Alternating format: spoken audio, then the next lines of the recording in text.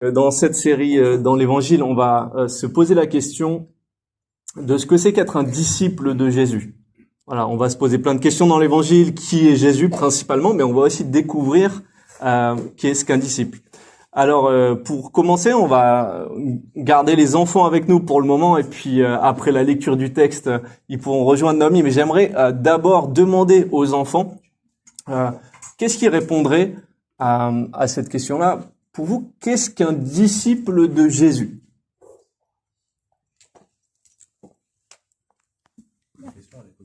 Aux enfants. Je n'entre pas dans cette catégorie-là, c'est plus. Ok, les enfants, qu'est-ce que vous pensez? Des idées sur être disciple de Jésus, ça veut dire quoi en fait?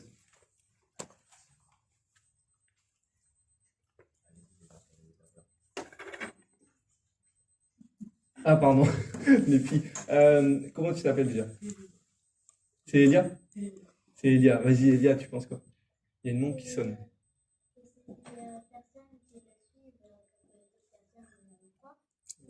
Donc, c'est quelqu'un qui va suivre pour que d'autres personnes croient. Oui. D'accord. Ok. Élise? Tu voulais ajouter quelque chose? Pareil. Ah, vous étiez raccord. Il y a une montre qui sonne par ici. Quelqu'un d'autre, les enfants? Est-ce que vous pensez être disciple de Jésus?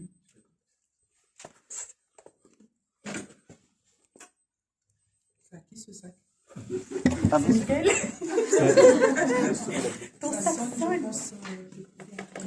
Pas trop d'idées? Les enfants, une dernière chance, sinon on passe aux adultes. Et les garçons? C'est quoi être disciple de Jésus? Qu'est-ce que vous pensez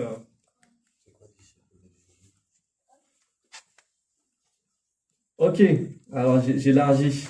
Alors, à tout le groupe, qu'est-ce que vous pensez? C'est bien. Elle a déjà tout dit, je crois. On peut peut-être compléter un petit peu. Oui, Emilienne. Être imitateur. Ah oui. Ok. Bon élève. Bon élève. Ok. Autre chose. Faire des erreurs. Faire des erreurs. Ok. Mais être prêt à être corrigé. Mhm. Les étudiants. Les étudiants. Ok, c'est juste. Donc, on va avoir le privilège de creuser encore un peu davantage. On va commencer par ce que c'est pas un disciple. Un disciple, ce n'est pas un super chrétien. Parfois, quand on dit disciple, on peut avoir cette idée qu'on parle d'une catégorie spéciale de chrétiens. Ouais, lui, c'est vraiment un disciple, quoi. C'est un chrétien vraiment zélé, vraiment consacré. Et donc, on pourrait penser que c'est une sorte de catégorie. Lui, c'est vraiment un disciple de Jésus. Or, quand on lit dans la Bible, tout chrétien est forcément disciple. Alors, dans cette notion de disciple, effectivement, à l'origine, et littéralement, en fait, le disciple, c'est effectivement un élève, un étudiant, un apprenti. Pour se remettre dans le contexte de Jésus, il y avait des disciples auprès de sages, des philosophes dans la Grèce antique, aussi auprès des rabbis, des maîtres dans le judaïsme. Jean-Baptiste, qu'on a vu la semaine dernière dans le chapitre 1er de Marc, avait des disciples. Et Jésus, bien entendu, ce qui va nous intéresser, c'est être disciple de Jésus. Alors, le terme disciple, on le retrouve 250 fois, plus de 250 fois, même dans le Nouveau Testament, uniquement dans les évangiles et dans les actes des apôtres, qui rapportent ce qu'a vécu l'Église des tout débuts. Alors, le mot désigne principalement les 12 disciples de Jésus, ceux qui lui étaient les plus proches, mais le terme est parfois utilisé dans un sens plus large. Par exemple, Jésus étend l'usage du mot à tous ceux qui veulent le suivre. Et donc, ces disciples-là, tous ceux qui veulent le suivre, doivent être prêts à renoncer à tout ce qu'ils possèdent pour devenir ses disciples. Ça, c'est dans Luc 14. Et puis, dans le livre des Actes, les 32 fois où on trouve le mot disciple, eh bien, ça concerne ceux qui ont cru à l'annonce de l'évangile. Vous voyez, c'est large. Tous ceux qui ont cru sont appelés disciples. la parole de Dieu se propageait de plus en plus, le nombre des disciples augmentait beaucoup à Jérusalem. C'est le nombre de ceux qui ont cru. Ainsi, ce qu'on voit ici, on va découvrir ensuite davantage, disciples et chrétiens sont synonymes. Alors il faudrait lire l'ensemble du Nouveau Testament pour comprendre ce qu'est un disciple.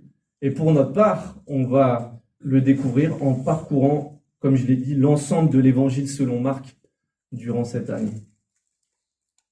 Ce qu'on va voir et ce qu'on voit dans la Bible, c'est que dans tous les aspects de notre vie, sans exception, nous sommes appelés à être disciples. Il n'y a pas une distinction dans notre vie chrétienne. En tout cas, on doit refuser cette distinction entre ce qui est sacré et ce qui n'est pas sacré. Car toute notre vie, si nous sommes à Jésus, nous devons la vivre sous son regard, devant Dieu.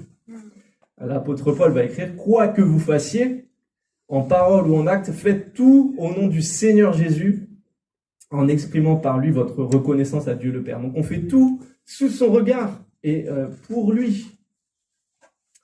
Et donc tous les aspects de notre vie sont concernés. Et c'est la raison pour laquelle c'était peut-être il y a 2 ou 3 ans, on a fait notamment une série sur le chrétien et son travail. On pourrait dire, mais quel est le rapport ?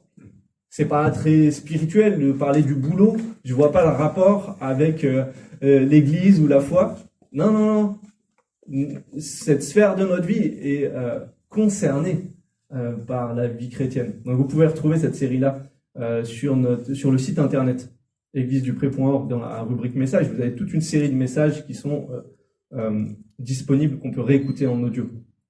Alors, le disciple, et ensuite on va lire notre texte, est appelé à vivre sa vie chrétienne dans toutes les dimensions de sa vie. Et c'est la raison pour laquelle on avait fait une série qui s'appelait Disciples 24/24 et qui était largement inspirée de ce petit livre qui s'appelle Disciples 24/24, écrit par David Brown. Je vous le conseille vraiment. C'est la base de la série de prédications qui est là cette fois-ci sur notre chaîne YouTube. Il n'y a pas tous les messages, je vais essayer de compléter. Mais ça, c'est très court, très simple. Ça coûte 5 €. Et dans ce livre, David Brown propose que cette vie de disciple qui concerne toute notre vie, elle a 4 facettes. Adorer Dieu et exprimer notre reconnaissance envers lui. On peut parler d'adoration, de louange. On pense souvent à ça, parce que c'est quel disciple. Lui faire confiance. Lui obéir en combattant le bon combat, donc combat contre le péché, et puis aimer son prochain comme soi-même. 4 facettes qui développent dans ce livre, vous pourrez retrouver une partie sur la chaîne YouTube.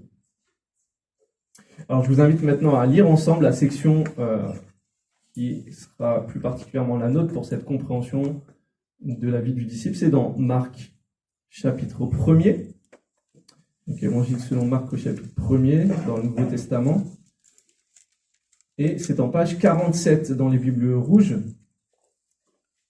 dans la deuxième partie de la Bible, Nouveau Testament, Matthieu, Marc, deuxième évangile, Marc chapitre 1er, et nous lisons aujourd'hui, page 47, les versets 16 à 20.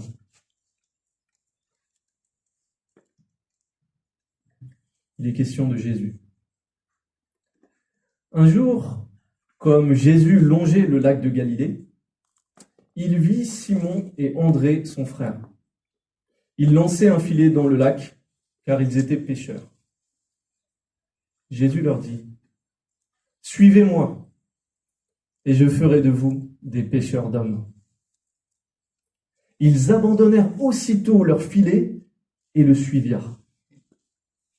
Poursuivant son chemin, il vit un peu plus loin Jacques, fils de Zébédée, et Jean, son frère. Eux aussi étaient dans leur bateau et réparaient les filets. Aussitôt, il les appela. Ils laissèrent Zébédée, leur père, dans le bateau avec ses ouvriers et suivirent Jésus. Jusqu'ici, notre lecture de la parole de Dieu. Et voilà ce que je vous propose aujourd'hui comme phrase de résumé. Jésus nous appelle à le suivre. Soyons prêts à tout laisser derrière nous pour axer notre vie sur sa mission. Jésus nous appelle à le suivre. Soyons prêts à tout laisser derrière nous pour axer notre vie sur sa mission. Avec ce verset clé, cet appel de Jésus, « Suivez-moi, et je ferai de vous des pêcheurs d'hommes. » J'aimerais, à la lumière de ce texte, donc réfléchir à ce que c'est qu'être disciple. L'appel que Jésus lance, c'est la réponse à laquelle nous sommes invités. Alors, ce que nous voyons déjà, et vous l'avez évoqué par l'idée d'élève, de bon élève, d'étudiant, devenir disciple, c'est suivre un maître, c'est suivre le maître. À l'époque de Jésus, il y avait en effet des enseignants itinérants, c'est-à-dire des gens qui se déplaçaient pour apporter des enseignements, donc on les appelait des rabbis. Et donc les gens pouvaient, à l'écoute de ces gens-là, trouver des personnes qui méritent d'être entendues et d'être suivies, et donc on pouvait se choisir un maître et décider de se mettre à son école et le suivre. Nous voyons déjà ici que Jésus va renverser un peu les conventions de l'époque, puisque, contrairement aux usages, c'est lui qui va aller chercher des disciples. Ce n'est pas des gens qui ont entendu un maître et qui vont dire « Ah, lui, je veux le suivre ». Non, c'est Jésus qui va les chercher. Et en particulier, il va se choisir 12 disciples pour être avec lui et pour apprendre à ses côtés. Et ici, dans notre passage, nous voyons l'appel de 4 de ces 12 disciples. Nous avons évoqué la semaine dernière l'autorité de Jésus, nous avons évoqué son identité et son autorité. Autorité sur les animaux, sur les êtres spirituels, autorité sur les hommes. Et nous voyons dans ce passage l'autorité de Jésus sur les hommes. Il appelle et les hommes répondent aussitôt et se mettent à sa suite. J'aimerais lever peut-être une ambiguïté par rapport à ça, que Jésus n'est pour autant pas un inconnu pour ces hommes. Ces hommes ont connu Jésus par l'intermédiaire d'un certain Jean le Baptiste, qui était envoyé par Dieu pour préparer le cœur des Israélites à recevoir leur Seigneur. Et je voudrais lire avec vous le passage qui nous rapporte les circonstances, qui nous montre comment nous savons qu'il le connaissait. C'est dans l'évangile selon Jean au chapitre 1er. Le lendemain, Jean le Baptiste, était de nouveau là, avec 2 de ses disciples. Il vit Jésus qui passait et dit « Voici l'agneau de Dieu ». Les 2 disciples entendirent les paroles de Jean et se mirent à suivre Jésus. Celui-ci se retourna, vit qu'il les suivait et leur demanda « Que désirez-vous » ? « Rabbi », c'est-à-dire maître, lui dirent-ils, « où habites-tu » ? « Venez, leur répondit-il, et vous le verrez. » Ils l'accompagnèrent donc et virent où il habitait. Il était environ 4 heures de l'après-midi. Ils passèrent le reste de la journée avec lui. André, le frère de Simon-Pierre, était l'un de ces 2 hommes qui, sur la déclaration de Jean, s'était mis à suivre Jésus. Il alla tout d'abord voir son frère Simon et lui dit « Nous avons trouvé le Messie », ce qui se traduit par Christ. Et il le conduisit auprès de Jésus. Fin de citation, pour montrer 2 des personnes que Jésus appelle dans notre texte. Nous avons chez André un disciple de Jean-Baptiste en fait. Et Jean-Baptiste a pointé, c'était sa mission, il a pointé vers Jésus. Voici l'agneau de Dieu. On ne va pas rentrer dans l'analyse de cette affirmation, mais il a pointé vers Jésus. Ce que l'on peut dire, donc, c'est que ces hommes qui vont se mettre à la suite de Jésus croyaient déjà dans une certaine mesure en lui.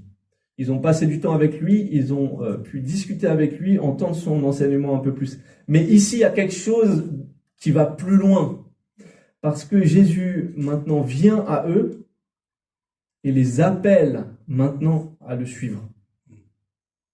Il les appelle à devenir ses disciples.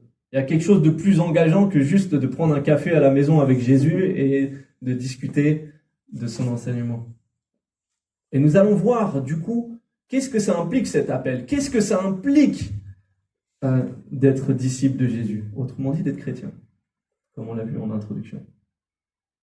Être disciple de Jésus, vous l'avez relevé, c'est bien sûr écouter son enseignement. Parce que oui, Jésus a pris la condition de l'enseignant. Dès le passage suivant, nous le verrons la prochaine fois, nous trouvons Jésus qui entre dans une synagogue et qui commence à enseigner. Donc oui, Jésus va enseigner. Donc être disciple de Jésus consiste à écouter son enseignement. Mais être disciple de Jésus, c'est bien plus qu'écouter son enseignement. Et c'est Emilienne qui l'a relevé tout à l'heure. Être disciple, c'est imiter le maître. Être disciple, c'est imiter Jésus. Autrement dit, être disciple, c'est calquer notre vie sur Jésus. Pendant les vacances, papy et mamie de Bretagne, comme on les appelle, ont donné du papier calque aux enfants. Et donc, ils se sont amusés. C'était la première fois qu'ils utilisaient un papier calque. Ils l'ont utilisé pour reproduire des couvertures de livres de la médiathèque avec les footballeurs, vous imaginez, pour les gars. Et donc, ils ont utilisé ces calques pour refaire des beaux croquis. Le principe du papier calque, c'est de reproduire l'original le plus fidèlement possible. On va prendre le crayon de papier, on doit bien suivre pour avoir le rendu le plus fidèle. Est-ce que notre vie, est-ce que votre vie est calquée sur celle de Jésus? C'est-à-dire quand vous comparez, vous prenez le calque avec l'original, est-ce que ça match? Être chrétien, c'est pas seulement que je connais la Bible, pas seulement que je vais aux réunions de l'église, c'est ressembler à Jésus. C'est ressembler à Jésus.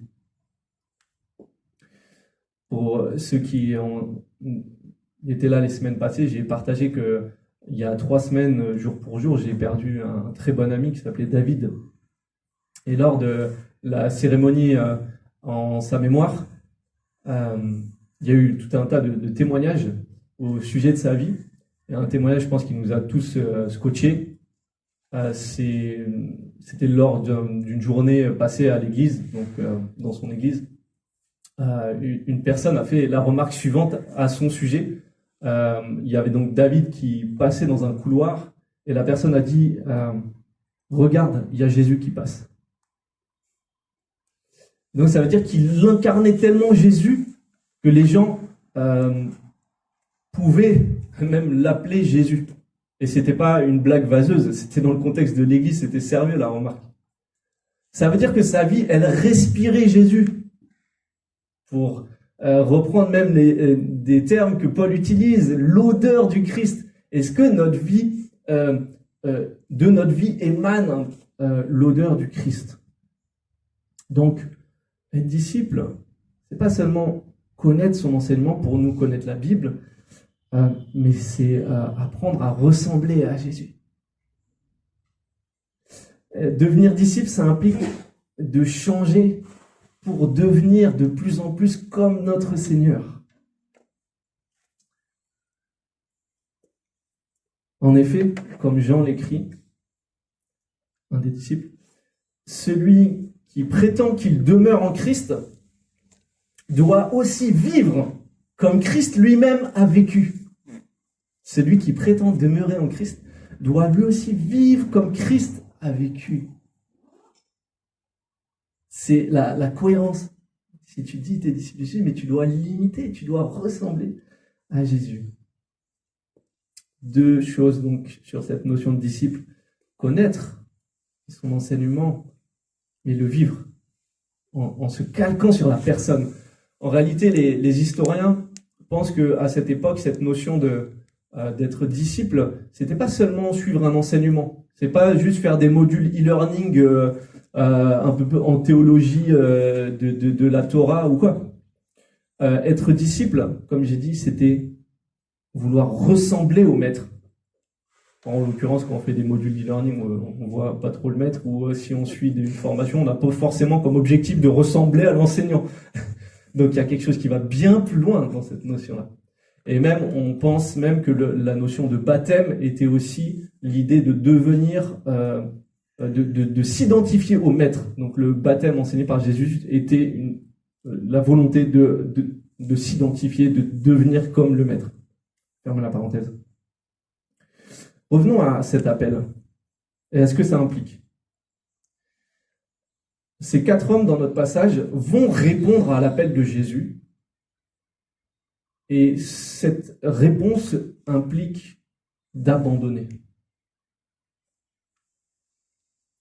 En effet, ces pêcheurs, nous lisons, laissent sur place leur filet, qui est leur outil de travail. Ils étaient là en train de réparer leur filet, nous dit le texte. Et pour un temps, au moins, ils vont abandonner ce métier-là pour suivre Jésus. Quelques éléments de contexte pour dire, pour peut-être un peu redresser l'image qu'on peut en avoir. Ces personnes-là ne sont pas de pauvres pêcheurs. On est dans une société de services, etc., qui n'a rien à voir 2000 ans plus tard. On est dans une société agricole, essentiellement. Et dans cette région de la Galilée, l'industrie du coin, si je peux m'exprimer ainsi, c'est la pêche. Le lac de Galilée, d'après les spécialistes de l'époque, contenait toute une variété de poissons. Et il y avait donc une activité de pêche qui était bien développée. Ces gens-là n'étaient pas des pauvres. Le texte même nous donne des indices. On lit que Zébédée, le père des 2 frères, les seconds frères, là, Jacques et Jean, il a même en dehors de ses fils des ouvriers. Il a une entreprise. Il a un business. Ces hommes choisissent donc de renoncer à faire marcher le business afin de suivre cet homme Jésus. Ils ne savent pas ce qui les attend quand on commence à lire ça. Ils ne savent pas ce qui les attend exactement au programme. Ils ne savent pas ce qu'ils vont vivre. Des choses à la fois enthousiasmantes et effrayantes, terrorisantes, pour aller jusqu'au pied de la croix, où il n'y a que les femmes qui sont restées, donc eux, ils sont partis, à part Jean. Ils ne savent pas ce qui va se passer. Ils ne savent pas ce qu'ils vivront, mais par la foi, ils abandonnent.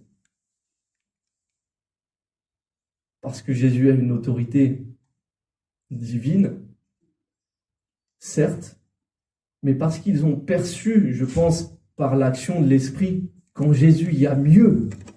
Il y a mieux que tout ça, maintenant, dans le temps présent qui est le leur.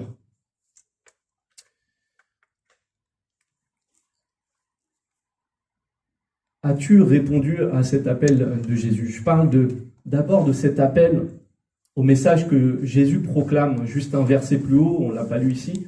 Jésus qui commence à prêcher la bonne nouvelle qui est, moi, se résume en 2 mots, changez et croyez.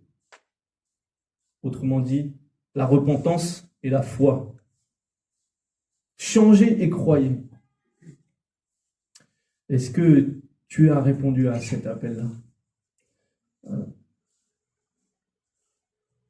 Peut-être que justement tu as une difficulté à répondre à cet appel parce que tu as compris que répondre à l'appel implique d'abandonner un certain nombre de choses.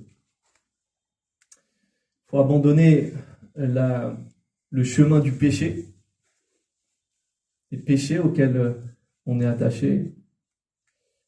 Plus globalement parlant, en fait, il faut abandonner le volant de notre vie à Jésus. Si on prend plus largement ce que ça implique.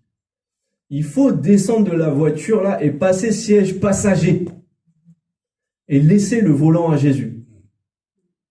Et c'est lui qui conduit, c'est lui qui va conduire et diriger.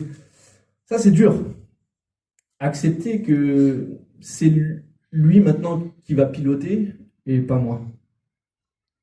Ça implique un renoncement à laisser à Jésus le contrôle et le laisser orienter ma vie. Pour rebondir sur ce que j'ai dit juste avant, sur ce renoncement, en tout cas pour un temps, des disciples à leur activité, est-ce que tu dois abandonner ton métier pour servir Jésus?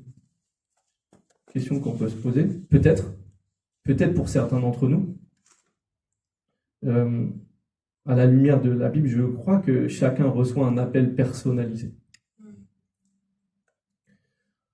Pour ma part, c'est pas normatif, comme je viens de le dire. Ça fait maintenant plus de 10 ans que j'ai abandonné la voie professionnelle à laquelle je me destinais à la suite de mes études en finance d'entreprise. J'ai fait ce choix-là parce que Dieu m'a conduit, m'a appelé pour le servir comme ça. C'était mon appel. C'est pas nécessairement le tien, peut-être, comme j'ai dit. Mais une bonne question qu'on peut se poser, on a parlé de répondre à l'appel, je dirais l'appel fondamental, l'appel à la foi. Mais l'appel à être disciple de Christ, si nous sommes déjà disciples de Christ, il se pose tous les jours. Et l'appel à abandonner certaines choses se pose tout au long de notre vie. J'ai envie de te poser cette question. Qu'est-ce que Jésus t'appelle à abandonner aujourd'hui? Dans les évangiles, on trouve des personnes qui avaient très envie de suivre Jésus. Mais ils ne voulaient pas abandonner.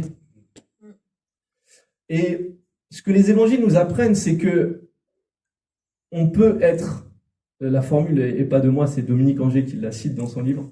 Il dit que c'est pas sa formule non plus. On peut être fan de Jésus sans être disciple de Jésus. On peut être fan de Jésus sans être disciple de Jésus. Il y avait beaucoup de gens autour de lui qui étaient des fans. Parce que Jésus, c'était impressionnant ce qu'il dégageait. C'est impressionnant ce qu'il faisait. On avait envie d'être là, peut-être pour le spectacle. C'était un faiseur de spectacle. Un thaumaturge, comme on dit. Il faisait des prodiges. Il faisait des miracles. On peut être fan de Jésus, mais sans être disciple. Parce qu'on n'a pas l'intention d'abandonner un grain de sable même pour Jésus. Tant qu'on est là, bien assis, on regarde le spectacle, ça c'est cool. On a un homme, par exemple, qui dit à Jésus, « Seigneur, je veux te suivre, mais permets-moi d'abord d'aller essayer mon dernier outil de travail. » C'est sa paire de bœufs. Donc, société agricole, comme j'ai dit. Donc, il vient de recevoir des nouvelles bêtes. Il veut essayer de travailler avec ces bêtes. « Permets-moi d'aller d'abord prendre le temps avec mon nouvel outil de travail. » Lui, son obstacle, c'était son travail. C'était plus important que de suivre Jésus. Il n'y avait pas l'urgence non plus, quoi. Et c'est justement le problème du second aussi qui dit « Mais Seigneur, je veux te suivre, mais laisse-moi d'abord aller enterrer mon père. » Certains pensent dans cette déclaration que l'homme signifie qu'il sera prêt à suivre Jésus, mais seulement lorsque son père sera décédé. Donc permets-moi d'attendre plus tard, quand mon père sera enterré, là je serai libre de mes engagements. Autrement dit, il souhaite reporter son engagement à plus tard. Le premier, c'est le travail qui bloque. Le second, c'est le timing. Et Jésus leur dit, vous n'êtes pas prêts. Celui qui veut être prêt, je suis en train de prêcher sur un autre passage du coup, doit être prêt à renoncer à lui-même. Jésus leur répond, vous n'êtes pas prêts. Et il va dire aussi ailleurs, on ne peut pas servir 2 maîtres à la fois. Et Jésus veut tout notre cœur. Il veut toute notre vie.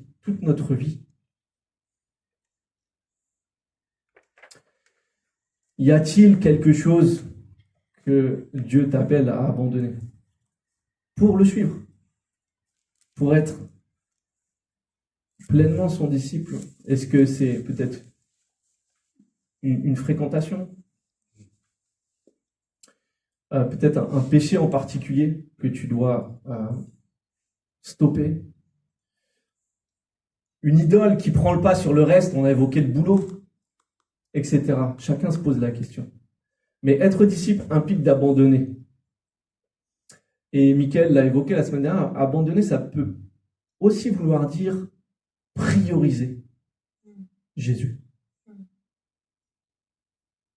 Dois-tu mettre, autrement dit, en sourdine certaines choses de ta vie pour prioriser la relation à Jésus. Dois-tu revoir la place de ton travail, tes ambitions professionnelles, par exemple, réduire le temps que tu consacres à des occupations qui sont secondaires, voire superficielles, du temps passé sur des réseaux, à regarder des séries, que sais-je, pour prioriser la relation à Jésus. Prioriser les rendez-vous avec la famille de Dieu, le dimanche par exemple, mais on a évoqué aussi le souhait de constituer et développer une vie aussi de partage entre plusieurs petits groupes qui peuvent s'organiser différemment, mais prioriser ces relations avec ces personnes avec lesquelles je veux me tirer vers le haut, je veux chercher la sainteté, je veux combattre dans la prière, revoir mes finances personnelles peut-être, pour prioriser la part que je consacre à Dieu. Je donne des exemples pour montrer quel genre d'application cela peut vouloir dire. Jésus appelle ces hommes à le suivre ici dans notre texte, à laisser derrière eux leur activité pour le mettre en priorité. Et la réponse, c'est pas pour demain, c'est pour maintenant. Ils laissèrent aussitôt leurs filets et le suivirent. Aussitôt. Et j'aimerais nous encourager à ne pas remettre à demain ce que Jésus nous appelle à faire aujourd'hui. Il y a une parole de l'Écriture qui dit « Si aujourd'hui vous entendrez sa voix, n'endurcissez pas vos cœurs. » Ça peut être par rapport à répondre à la foi, mais ça peut être par rapport à quelque chose que Dieu veut pour toi dans ta vie et que tu sais. Une manière de refuser en réalité une demande de Jésus, c'est de reporter, comme j'ai dit. Non, mais là, je suis pas prêt. Non, mais des illustrations de la vie courante pour le fumeur qui dit « Demain, j'arrête ». On blaguait l'autre jour par rapport au café. « J'arrête demain », disait Mickaël avant-hier quand on était ensemble à travailler. « Demain, j'arrête ». Ah, mais le demain, ça veut dire que tu veux pas, en fait. Si Jésus t'appelle à le suivre dans un certain domaine de ta vie, c'est aujourd'hui qu'il faut répondre. Peut-être ce soir, quand tu rentres dans le secret de ta chambre, tu pries Jésus et tu lui donnes ta vie. Ou tu rentres chez toi et tu décides de lui abandonner ce qu'il te demande d'abandonner. Ce soir, tu rentres, tu pries dans ta chambre et tu prends la résolution de répondre à cet appel, de le mettre en priorité dans tel ou tel domaine. Parfois, on peut rencontrer des gens, quand on leur parle de la foi, je ne sais pas si ça vous est déjà arrivé, moi oui, qui me disent « Ouais, plus tard, quand je serai posé dans la vie, je vais m'intéresser à toutes ces questions spirituelles. Voilà, quand je serai établi, quand j'aurai tel âge, ou plus tard, je m'intéresserai. Pour l'instant, voilà, je profite de la vie. Pour l'instant, je suis la tête dans le boulot. Plus tard. » Peut-être pour nous chrétiens, c'est « Oui, Seigneur, un jour, je voudrais vraiment me consacrer à ton service. Quand j'aurai le temps, quand j'aurai l'argent, quand j'aurai une famille, quand j'aurai plus les enfants à la maison, que sais-je. » Et puis, le temps passe, et tu te retournes et tu vois, comme moi, que tu as déjà 40 ans, ou que tu as déjà 50 ans, ou que tu as déjà 60 ans, ou que tu as déjà 70 ans, je ne sais pas. Et tu vas constater que les années ont passé à une vitesse éclair. Et au fond, tu n'as pas fait ce que tu aurais aimé. Tu voulais. C'est pas l'intention qui manquait. Combien de fois, moi, des bonnes intentions, elles sont restées au placard. Moi, je peux avoir beaucoup d'intentions, beaucoup de projets. Mais qu'est-ce qui se réalise? C'est ça qui compte, en fait, quand on va regarder. Ensuite, là, si on fait une décennie, par exemple, on va regarder les 10 dernières années, on va dire, alors, qu'est-ce que j'ai fait? Et tu n'as pas fait ce que tu aurais aimé faire pour le Seigneur. Et puis, qu'est-ce que la vie? Une fumée qui disparaît en un clin d'œil, parce que peut-être que tu vas mourir demain, comme mon pote David. Il est décédé il y a 3 semaines, crise cardiaque, il avait 42 ans. Qui aurait pu imaginer que durant cette nuit-là, c'est fini? Donc, on ne sait pas le temps qu'on a. Et ce que l'Écriture nous apprend, et David Brand le souligne aussi dans son livre, ah, je suis sorti, est-ce que tu peux me remettre dedans? C'est que la foi, ça se vit aujourd'hui. C'était la slide d'avant que j'ai dit. La foi, ça se vit dans l'aujourd'hui, dans le présent. Certes, il y a du passé, peut-être dans l'histoire, quand on a répondu à cet appel, mais la foi se vit au présent, se vit aujourd'hui. Et donc, quand Jésus appelle, quand Jésus dit un truc, ne reporte pas. Ne reporte pas.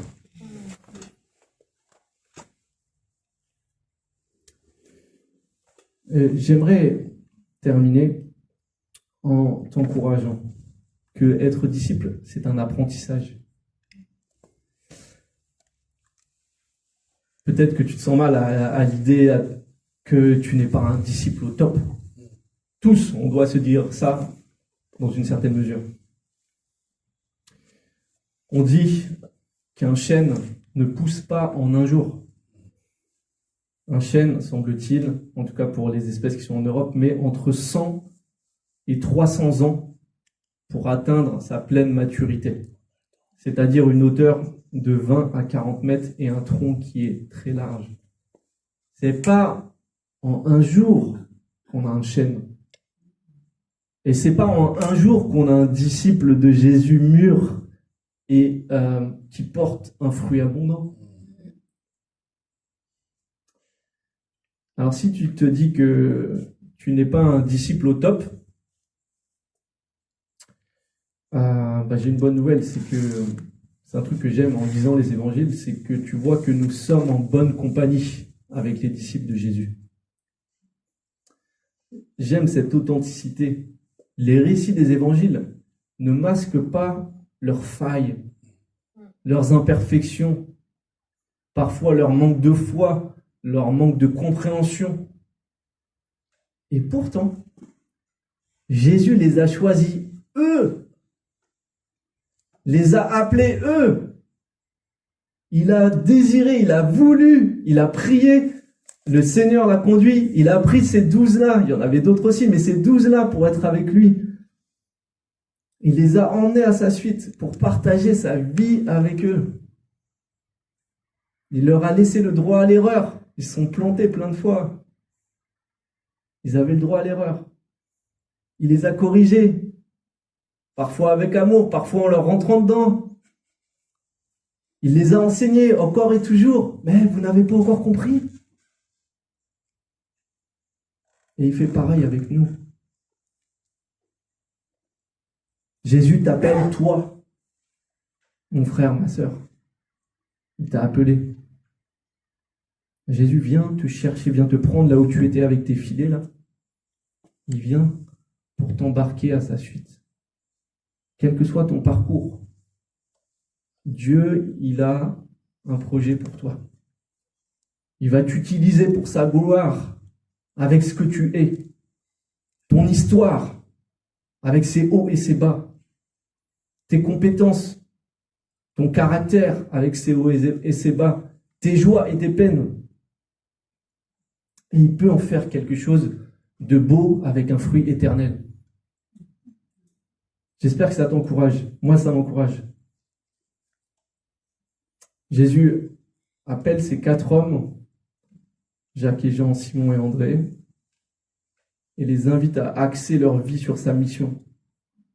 T'es pêcheur, viens, je t'emmène, tu vas apprendre à pêcher un autre genre de poisson. Tu seras pêcheur d'hommes. Il vient, il part de leur réalité, de leur univers, il le réoriente. Et il fait ça aussi avec nos vies. Et cette mission qu'il confie à ses disciples, dans ce texte, s'étendra plus tard à la mission de son Église, ce corps de disciples du Christ. Et 2000 ans plus tard, on arrive jusqu'à nous.